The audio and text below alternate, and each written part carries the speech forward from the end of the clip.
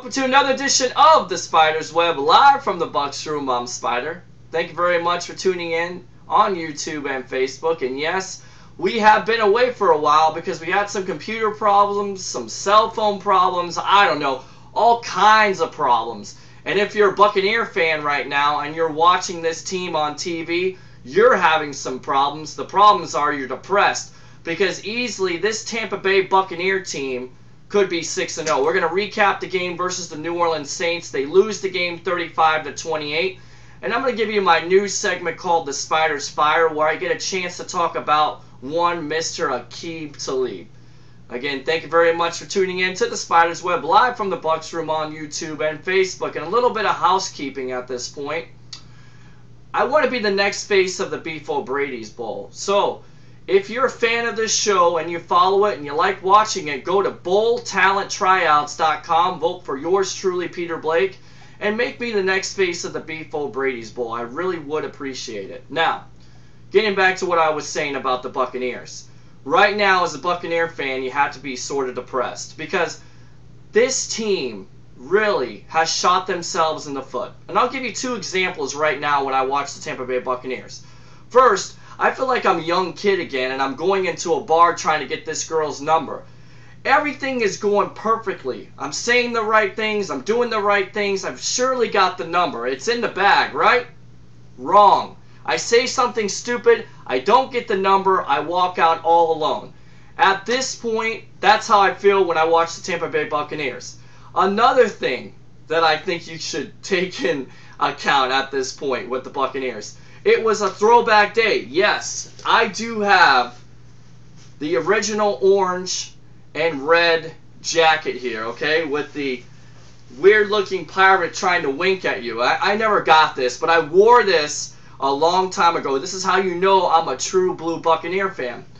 When I watched the game on Sunday, I felt like I was watching the old Tampa Bay Buccaneers. I mean, dumb penalties. Yeah, stupid decisions, stupid coaching decisions. And one term came to mind, self-destruct Bucs. All right, and let's get into it with this game. There was some really good positives in this game. First, I really thought the matchup favored Josh Freeman. The defense of the New Orleans Saints is not very good. In fact, they're last in the NFL, giving up all kinds of points. And I thought that Freeman would go off, and he did. I mean, 420 yards, 3 touchdowns, career highs in all those categories, especially the 420 yards. He was very good on Sunday. And talk about a man among boys. Vincent Jackson, 7 catches for 216 yards, including 1 touchdown and a 95-yard pass that looked like it was going to be a touchdown, but if not for his calf injury and him looking back so much, and Malcolm Jenkins, and you got to tip your hat to Malcolm Jenkins for making the tackle, basically saved the game at that point.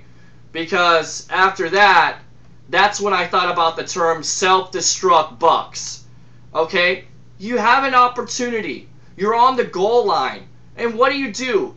You give it to LeGarrette Blount, who, by the way, is soft like Charmin. Okay? And if you don't know what that means, he's a soft running back, and he's shown it in the past. This guy wants to be a 165-pound running back.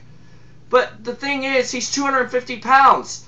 When you're 250 pounds and you're a physical back, put your shoulder pads down and run in the end zone. Unfortunately, he did this 3 times. They ran the ball to him 3 times, and he was stuffed on all the occasions. Then they went for it on 4th down with Josh Freeman, and the defense stiffened. Give the credit to where credit is due.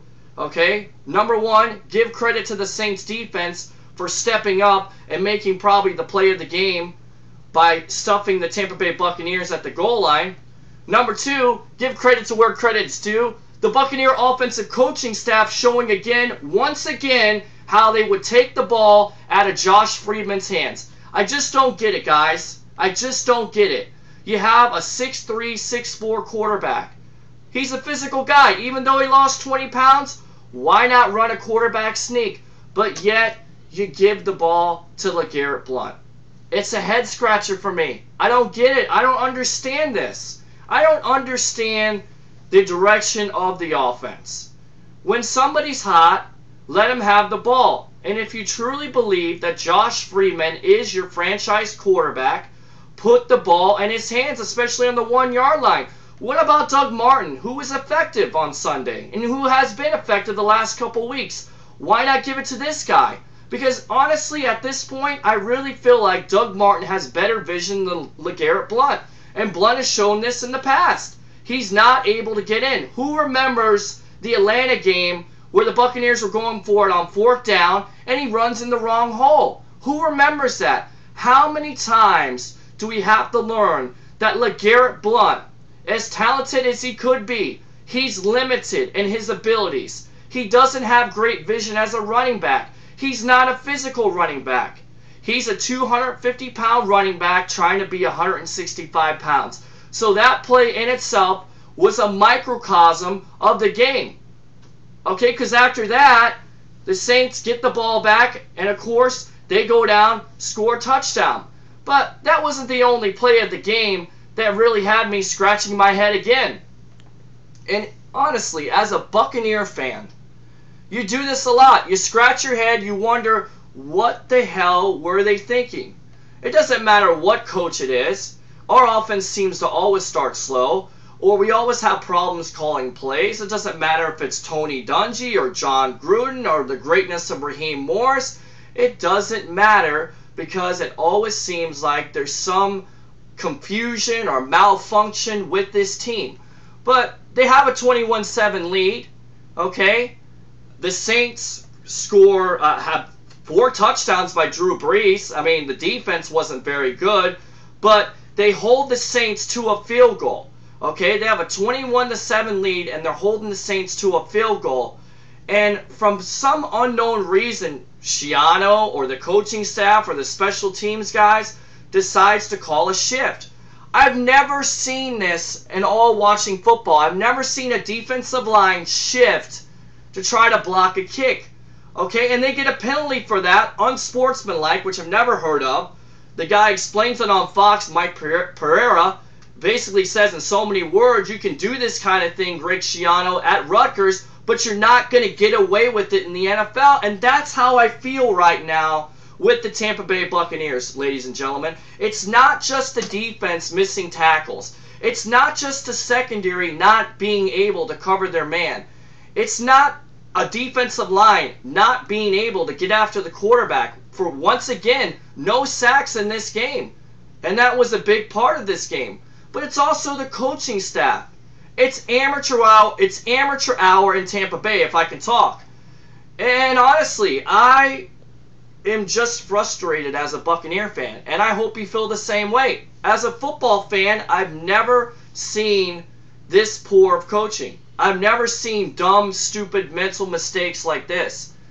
At the end of the game, it looks like the Buccaneers are going to win the game.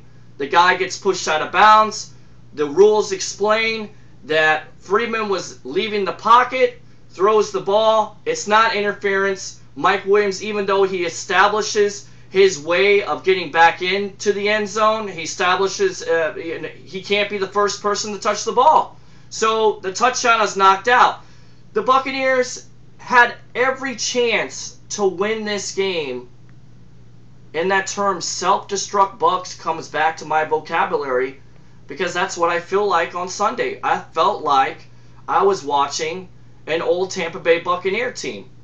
So, again, there were some positive things in this game. There really were some positives. The running game was effective. Offensive line did a pretty good job in protecting Freeman. He threw for 420 yards. I really think now that their offense has established a identity, if you will, when the offensive coordinator and the coaching staff believes that Freeman is your franchise quarterback. And that's throw the ball down the field. Get it to Mike Williams. Get it to Vincent Jackson. Get it to Dallas Clark. Oh my goodness, we actually had a sighting of Dallas Clark in this game. Amazing.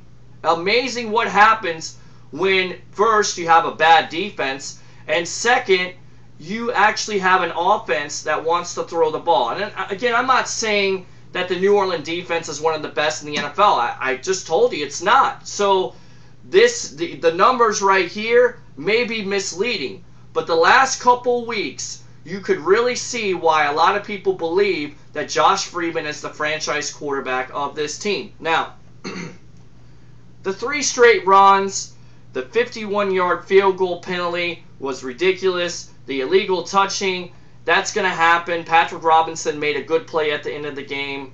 It's a shame. But right now, and I really don't want to be redundant, but the Buccaneers could be 6-0. I mean, they've been a competitive team. But it's one thing after another. It's mental mistakes. It's missed tackles. It's things that have cost this team. So, give credit to where credit is due. Give credit to the New Orleans Saints, even though they're a 1-4 football team. Okay, they still have a lot of talent on this team. Coming into the game, I was a little bit worried. But I thought this would favor the Tampa Bay Buccaneers. But when you give up 4 touchdowns in the first half to Drew Brees, and you basically let him sit back there and have a picnic and shred your defense apart and not get pressure on them, that's what's going to happen. You're asking for it. When your line doesn't get in there and sack the quarterback, you're asking for it. So these are some of the things that have to be worked on for Minnesota on Thursday night. Because again, I think the Tampa Bay Buccaneers have a chance to win this game. This is a winnable game. The Minnesota Vikings are a good team at 5-2. But Ponder barely, I don't even think he threw for 100 yards last week. They depend a lot on Adrian Peterson. We know that the Buccaneers can stop running backs. They stopped Jamal Charles in the Kansas City game. So they're going to have another big test this week. And your special teams better be on the ball, because Percy Harvin is liable to return a kick at any time, especially the first play of the game. So they got some challenges here. And the Minnesota Vikings defense is very good also. Watch the matchup with Jared Allen and Donald Penn. See what happens. See if Donald Penn can handle that one-on-one matchup. Or where they put a running back in the chip.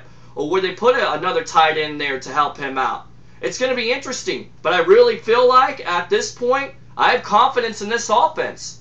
The problem is their defense. Their defense has to step up. You have to get pressure on the quarterback. You have to make tackles. And your secondary has to play better. Now, talking about your secondary, and this will get me on my next subject here, the Spyder's fire and Mr. Aqib Talib. And let me just first take a drink here, because I've been talking a lot. I want you to tell me what you think. What do you think about the Buccaneers' effort this last week against the Saints? Do you think they could be 6-0? Who's to blame for this? Is it the offense? Is it the defense? Is it the coaching staff? You tell me. Comment on it on Facebook. Comment on YouTube. Let me know what you think. Now, Aqib Talib and my new segment, The Spyder's Fire. And I'll tell you right now, trust, belief, and accountability was one of the things that our coach was preaching when he came in here. And if you're really preaching about trust, belief, and accountability, you need to get rid of Talib. It's time. I'm sorry. You can't defend him. You can't enable this guy. Yes, he is a potential #1 pick. He is a #1 pick. He is a potential #1 corner in this league when he wants to be. But the off-the-field crap just overshadows it. It really does. And this right here, taking Adderall, why? You know it's illegal in the NFL, but you do it anyway. You make a mistake, but why do you do this? Why do you cost your teammates? And why hasn't the organization acted in a manner where you would actually believe in what this coaching staff has said? Trust, belief, and accountability. Make this guy accountable for his actions. Cut him. You're not going to be able to trade him. This is the organization's fault. They had an opportunity to trade this guy at the beginning of the season, but they decided to believe in him. They decided to trust him. Well, let me tell you something, ladies and gentlemen. You can't do any of these things. None of these traits apply to Aqib Talib. You're going to have to keep on putting your neck out there on the line for this guy. And again, as much as he has the potential to be a #1 corner in this league, you have to cut your ties. Honestly, as a Buccaneer fan, I feel like taking Adderall. Because if I have to watch this guy play corner against Hakeem Nicks, I'm going to lose my mind. I'm just saying what's best for the organization at this point and what's best for Aqib Talib is to get rid of this guy at the end of the season. I think you should do it now, but you have to depend on the likes of E.J. Biggers, Myron Lewis, James McDonald, Ronald McDonald, whoever you have to depend on at this point. It doesn't matter. They're not getting it done.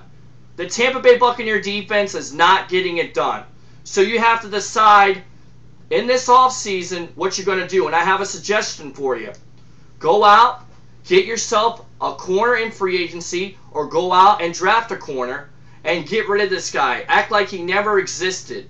I don't care how much potential he has. He's going to end up leaving you with what you have this year, which is nothing. Well, that's been the Spyder's Web. I'm Spyder. Thank you very much for tuning in. Tell me what you think about the Buccaneers. Leave your comments. As a Buccaneer fan, I'm pretty upset about this. I really feel like this team has shown some things that are good. They've taken some steps forward, but the more they step forward, take those steps forward, they take steps back. And tell me what you think about Aqib Talib. Should the Buccaneers hold on to this guy? Should they give this guy another chance? Or should they be done with him? Again, tune in this week. We'll try to have some more Spyder Webs. Talk about the Minnesota Vikings game, maybe. That's why you got to tune into the Spyder's Web. You never know. Same Spyder time, same Spyder channel.